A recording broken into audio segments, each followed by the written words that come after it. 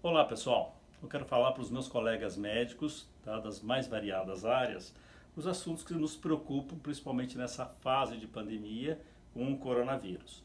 São aqueles pacientes portadores de doenças neurológicas que requerem os cuidados para todos nós, mais do que redobrados quando contaminados pelo vírus ou mesmo quando estão no isolamento em casa, né, na quarentena. A preocupação maior são aqueles pacientes que têm as suas sequelas de AVC, são aqueles pacientes portadores de uma paralisia cerebral, às vezes até mais jovem, são aqueles pacientes idosos com alterações cognitivas, que têm o Parkinson, que têm o Alzheimer também associado. E esses pacientes não requerem só o cuidado médico, o cuidado médico de todos os outros profissionais que estão ao nosso redor. Então nós sabemos que ele tem um acometimento maior de vias aéreas, né, as vias aéreas superiores, a parte do pulmão se acometer de uma forma eficaz, com toda a reação imunológica que acontece, mas esses pacientes eles ainda têm os cuidados das suas doenças de base. Quais são? A própria hipertensão, a própria sequela eventualmente de um AVC, pacientes idosos que são diabéticos, pacientes que têm uma certa insuficiência renal, são aqueles pacientes que não se alimentam direito, têm um certo grau até mesmo de desnutrição e que também não se hidratam, que são propensos a desidratação rápida. Então esses pacientes, ou que estão em quarentenas, ou que têm um quadro pulmonar, ou que têm uma doença outra-sistêmica, as comorbidades, como todos nós falamos, precisam dos cuidados redobrados. Não esquecemos de fisioterapia. A família às vezes ajuda a fazer uma fisioterapia motora simples, ela aprende com algum profissional. Fazer as inalações quando preciso, para manter uma boa permeabilidade de vias aéreas superiores principalmente.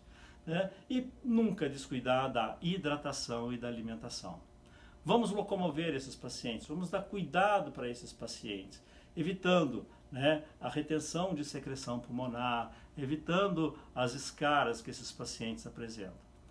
Quando se tem uma infecção pelo coronavírus ou tem a Covid-19, ele pode ter não só acometimento de vias aéreas, como todos nós sabemos, pode ter uma viremia. Né? E nessa viremia ele vai ter outras manifestações, ou pode ter outras manifestações neurológicas.